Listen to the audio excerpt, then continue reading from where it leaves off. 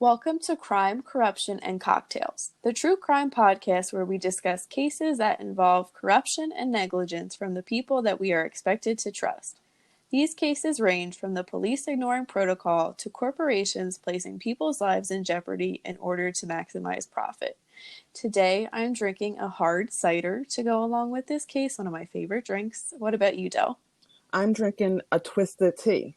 Ooh, a nice little summer treat. Yes, listen, we only have about a month left, right? I know, I'm sad. I know you're looking forward to fall, but I'm not looking forward to it this year. Listen, if we could skip fall and go into like a true negative 20-degree winter, I would Oh love it. no, no way. My seasonal depression would not be here for that. All right, enough of that. Let's get into today's case. On this week's episode, we will be discussing the case of Madeleine McCann.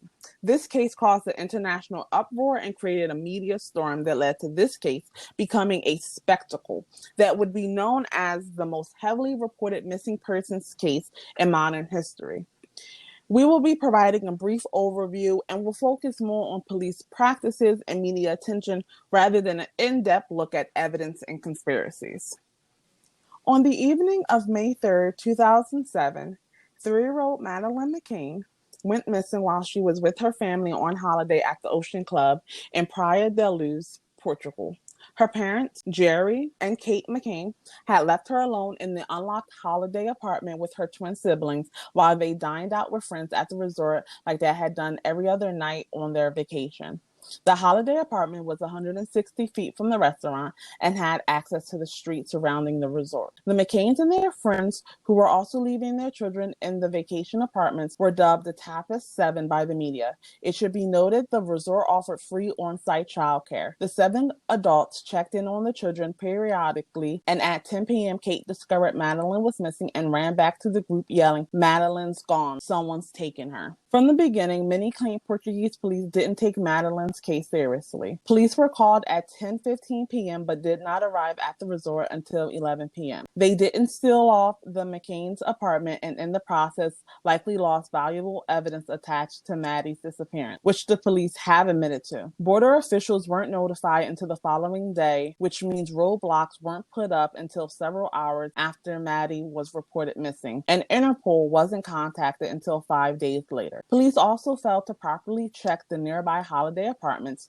and homes and didn't interview every Ocean Club staff member. The Portuguese police initially gave the parents suspect status and assumed the accident had happened and the parents were trying to cover it up.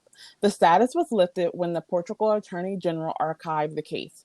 The narrow focus on the McCann stopped the police from thoroughly investigating any other possible suspects. Scotland Yard opened an inquiry into the case named Operation Grange in 2011. The senior investigator stated he was treating the disappearance as a criminal act by a stranger. The Portuguese Police Department reopened their investigation in 2013, and earlier this year, a new suspect was linked to the case. So far, no criminal charges have been filed in connection with Madeleine's disappearance. There were 2 possible sightings of Madeleine on the night of her disappearance. First was the Tanner sighting.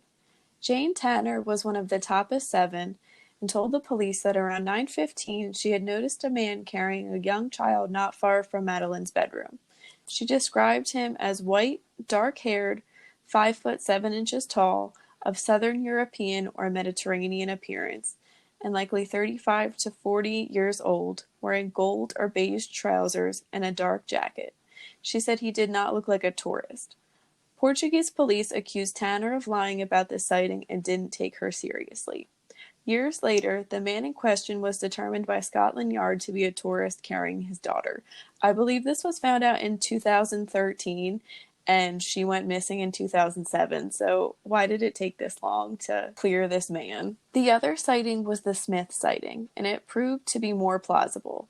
Martin and Mary Smith, an Irish couple on holiday with their family, reported that they had seen a man carrying a 3 or 4-year-old away from where the McCanns had been dining with their friends. The man was mid-30s, 5 foot 7 inches to 5 foot 9 inches, slim to normal build, with short brown hair, wearing cream or beige trousers. He did not look like a tourist and seemed uncomfortable carrying the child. The sighting was reported to Portuguese police on May 26, weeks after Madeleine's disappearance. There are several theories associated with this case. These theories are purely speculative, and we may never know what really happened. We are not here to convince you of someone's guilt or innocence. All persons are presumed innocent until proven guilty in the court of law. The first theory is that Madeleine's parents were responsible for her disappearance. The main theme of this theory is that she was accidentally killed, possibly by receiving too much of a sedative from her parents. The Tapas 7 hid her body after the fact. The McCanns then reported her as a missing child.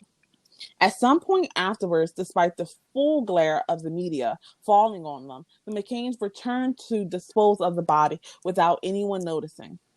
Many believe that the McCanns were cold and unemotional when speaking to the media about their daughter. The McCanns gave inconsistent statements to Portuguese police, and they were also reportedly uncooperative with them. Kate refused to answer 48 questions when asked by the Portuguese police.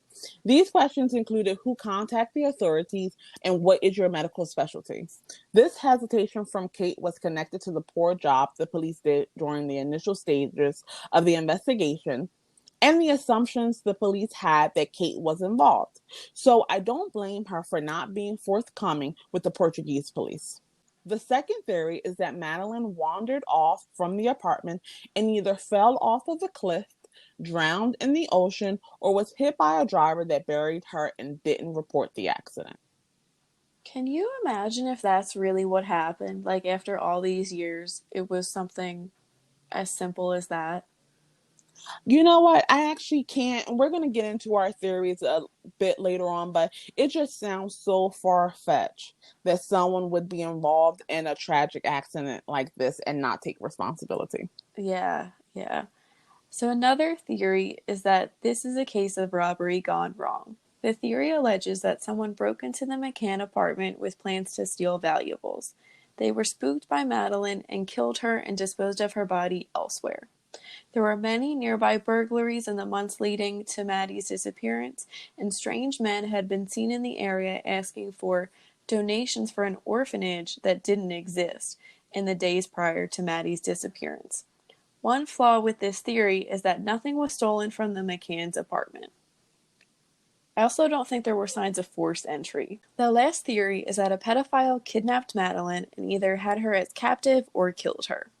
The facts seem to support this scenario of events best. This theory posits that a stranger who had been watching the McCanns broke into the apartment and kidnapped Madeleine around the time of the Smith sighting.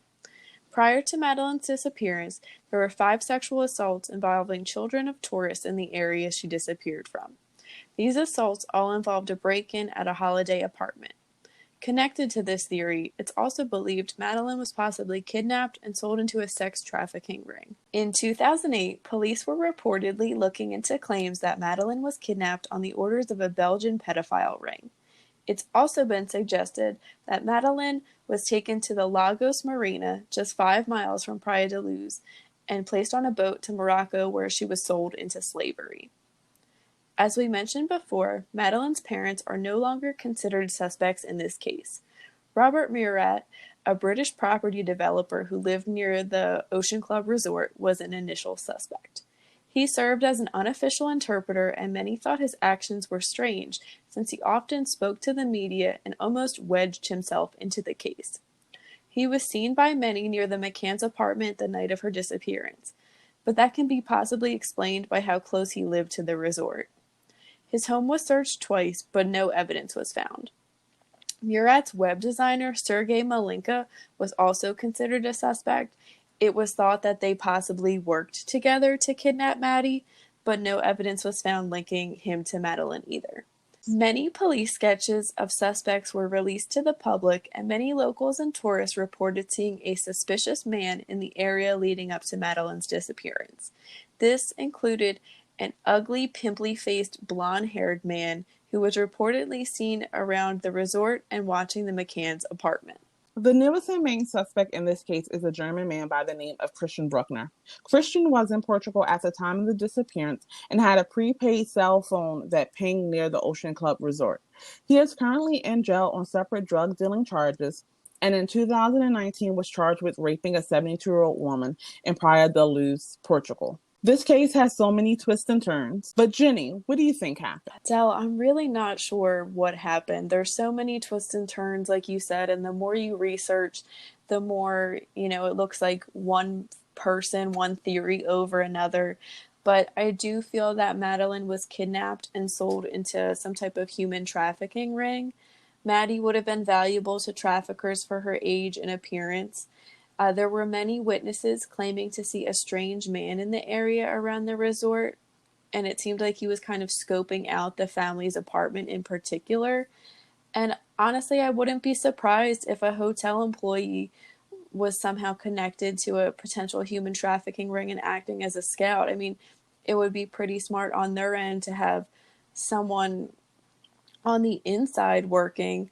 And we know that the Tapas 7 was at the Tapas restaurant every night of the vacation, and they allegedly said, like, we need this specific table to keep an eye on our children in the apartments.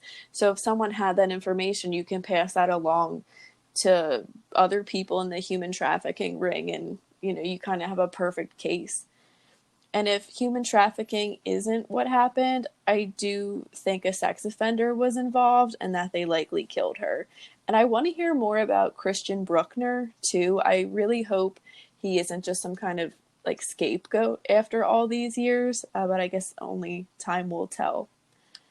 I do think Jerry and Kate were negligent in leaving their children unattended and that there is compelling evidence against them, I do think it's unlikely that they were involved. However, I'm not totally convinced that they're innocent. I'm kind of just on the fence with everything in general.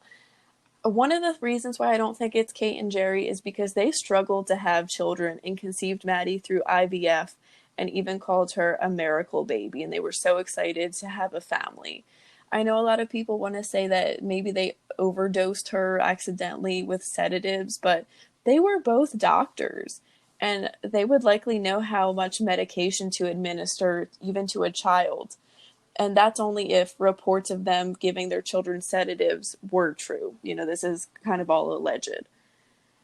Also, they were tourists in an unfamiliar area, and I find it hard to believe that they would easily find somewhere to hide Maddy's body if in fact she was killed. I think if that were the case, the body would have been found by now. And that's kind of one of my biggest things. I feel like with all of these theories, well, with most of them, she would have been found by now. I mean, all except for probably the human trafficking, in my opinion. And I also doubt that 13 years later, they're so involved in this case, and they really do a lot to keep Maddy's name out there and to keep this case going. And if they were involved, I kind of doubt that they'd have this much momentum 13 years later.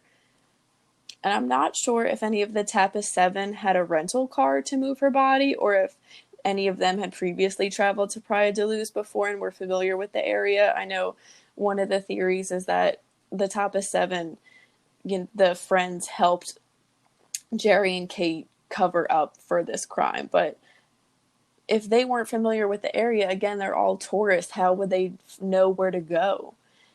And if the Tapas 7 did make this pact of secrecy like everyone, or like many have claimed, I think someone would have cracked by now and let something slip. And, I think maybe even by now we would have heard something from one of the children that was there too, like, where's Maddy? What happened to Maddy? What about you, Del? So I do think this is a case of a pedophile kidnapping and murdering Madeleine. I think that even if she was initially alive, that the massive attention that this case received would have scared the kidnapper. I'm not sure whether Christian is the person responsible, but I do think that his history suggests that he could be capable of the crime. This case is very unique in that it doesn't have many specific credible suspects tied to it. I firmly believe that the Portuguese police incompetence is the reason why this case has not been solved. Yeah, and we'll get more into that a little bit later. So the parents have released statements regarding the continued investigation into Madeleine's disappearance. The first was released on June 3rd, 2020, regarding Scotland Yard appeal for new information on the case. And it's, quote, "We welcome the appeal today regarding the disappearance of our daughter Madeleine. We would like to thank the police forces involved for their continued efforts in the search for Madeleine. All we have ever wanted is to find her, uncover the truth, and bring those responsible to justice. We will never give up hope of finding Madeleine alive, but whatever the outcome may be, we need to know as we need to find peace. We will be making no further comment regarding the appeal today. We would like to thank the general public for their ongoing support and encourage anyone who has information directly related to the appeal to contact the police. The second statement was published on June 6, 2020, and it reaffirmed that the police are investigating and that the media is still publishing misleading stories about the case and specifically the parents. Quote, "As we have stated many times before, we will not give a running commentary on the investigation. That is the job of the law enforcement agencies, and we will support them in any way requested. Furthermore, we do not have a family spokesperson, nor are we actively paying any lawyers. Any recent comments attributed in the media have not come from us unless they have been posted on our website. If there are important developments that can be made public, they will be issued through official police channels." End quote. The most recent update from Project Grange stated the MPS continues to investigate Madeleine's disappearance as a missing person investigation. So human trafficking is one of the possible theories of what could have happened to Madeleine, and it is a pretty hot button and hot topic issue that we talk about today in 2020. I'm not really sure how much the general public knew about it in 2007 when Maddy went missing. I know a lot of people kind of want to keep a blind eye to it because it is honestly very depressing and disturbing information to hear about.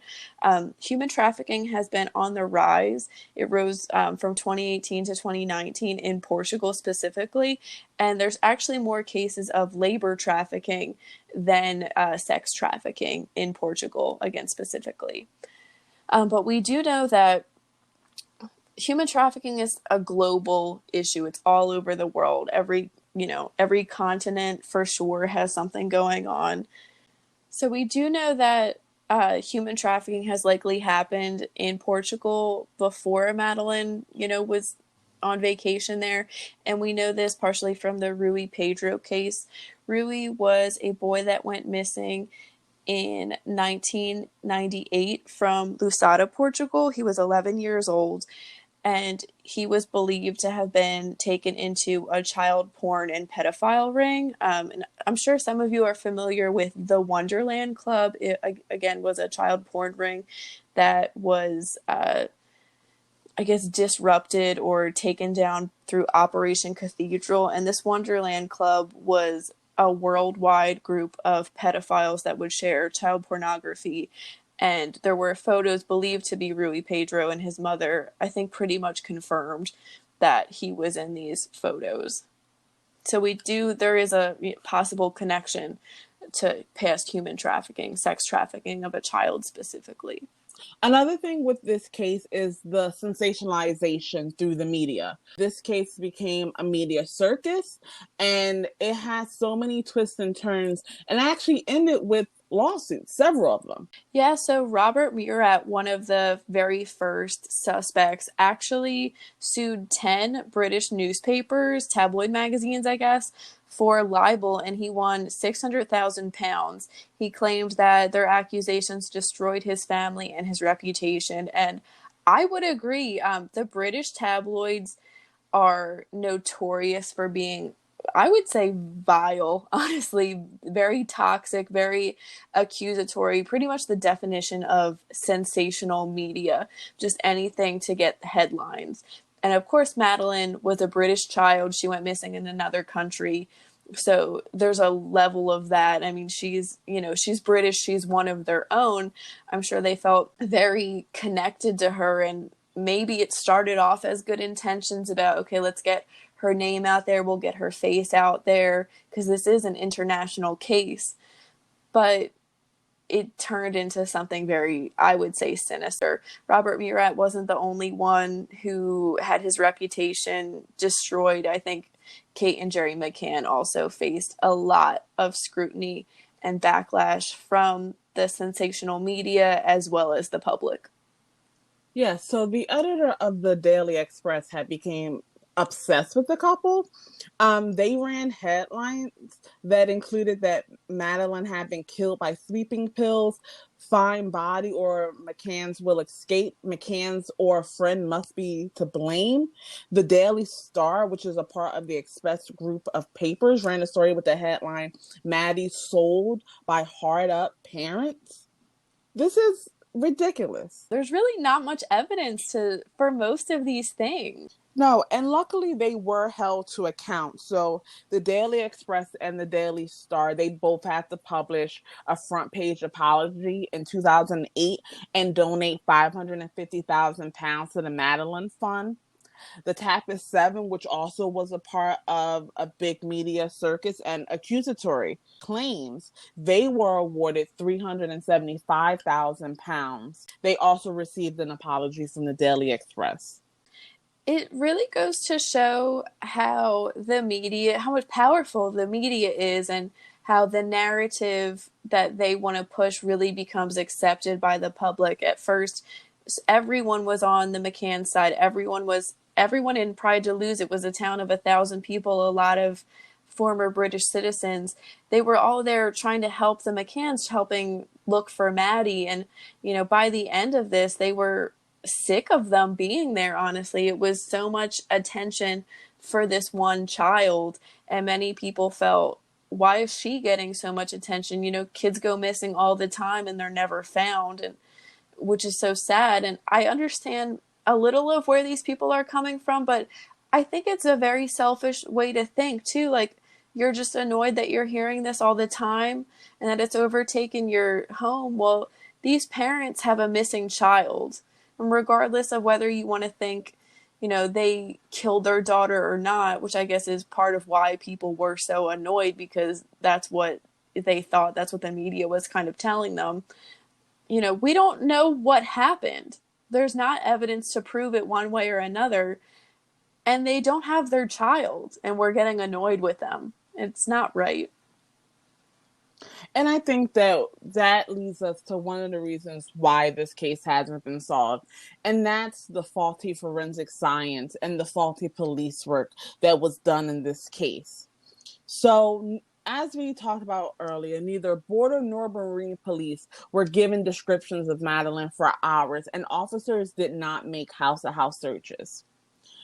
Not everyone at the resort was interviewed, and according to Madeleine's mom, an officer placed tape around the doorway of the children's bedroom, but at 3 a.m. on May 8th, they left without securing the apartment. A crowd had gathered by the front door of the apartment, including next to the children's bedroom window, which trampled on evidence. Reportedly, one of the officers dusted the bedroom window exterior shutters for fingerprints, but wasn't wearing gloves or any other protective clothing.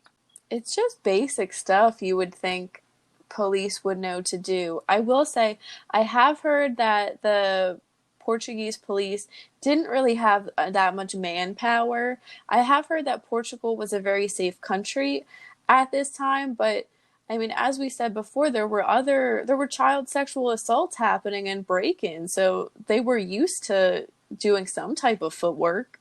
Right, and I think this was an ego thing. It was also reported that there was competition and hard feelings between the Portuguese police and Scotland Yard. So when we talk about the botched police work and the faulty forensics, we do have to mention the cadaver and the blood sniffing dogs. So this expert, Martin Grime, brought in his blood sniffing and his corpse sniffing dog, their spaniels Eddie and Keela, and they alerted to the smell of human decomposition and human blood in the McCann's holiday apartment. And this was in Jerry and Kate's bedroom closet, as well as behind the couch in the living room. They both alerted to the scent of human decomposition and human blood.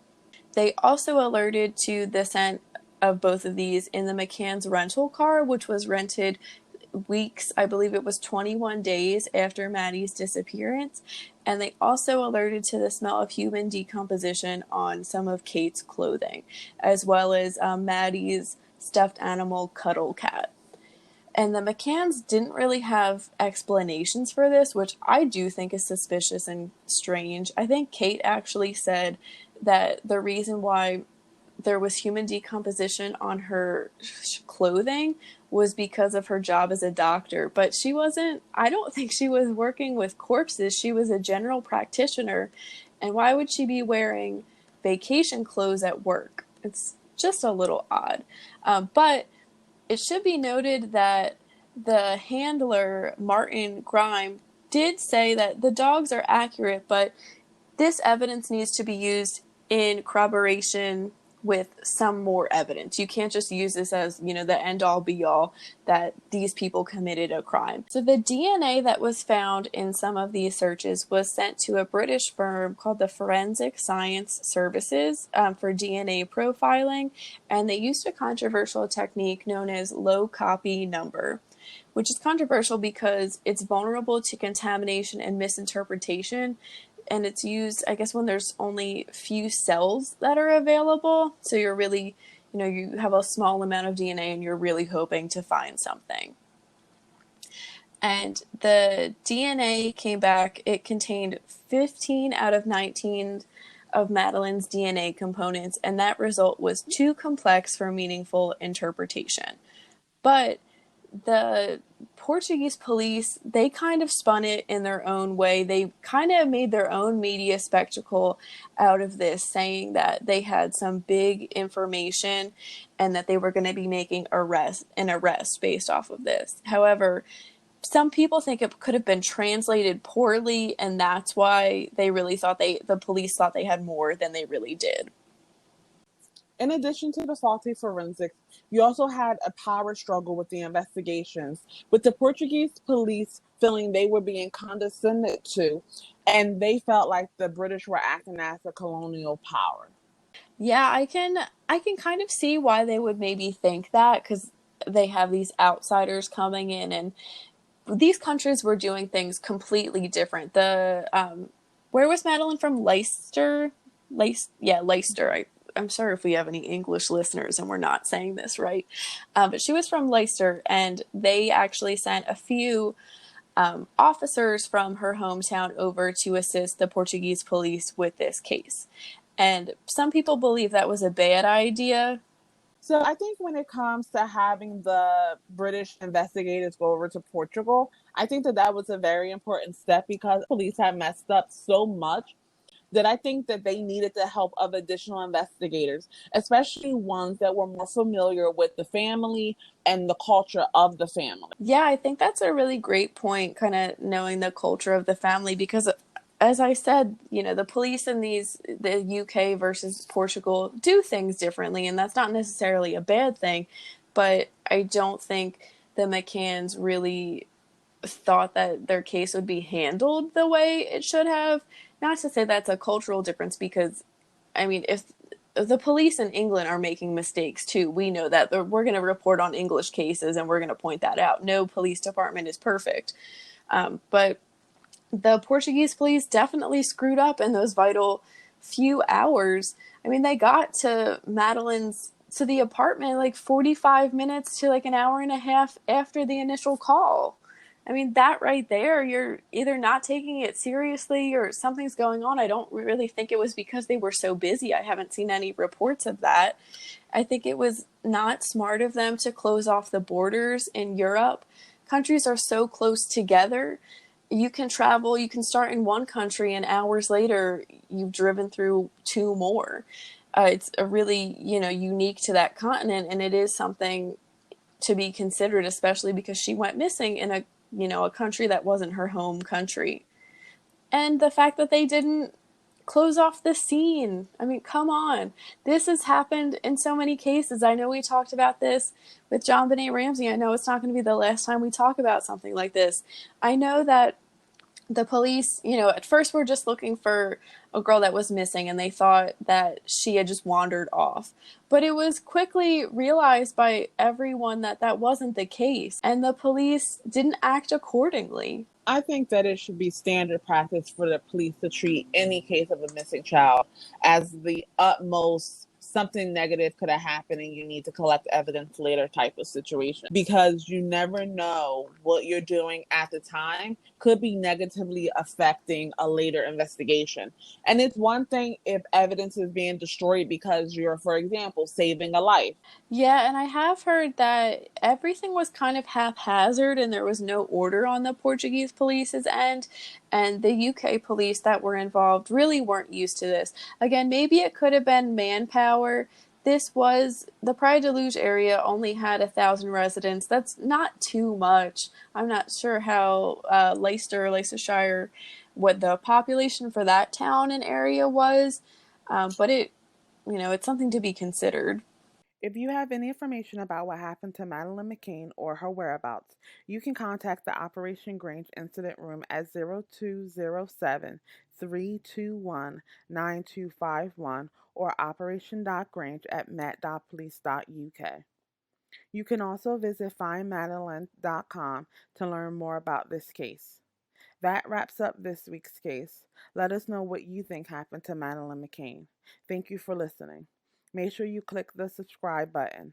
You can find us on all of your favorite podcast platforms every Wednesday with a new episode. Follow us on Instagram at Crime Corruption Cocktails and Twitter at Charade Inc. Please consider donating to our Patreon. This will help us get better equipment and bring higher quality content to you. We appreciate any amount you can give. This is Jenny and Dell signing off. Stay safe.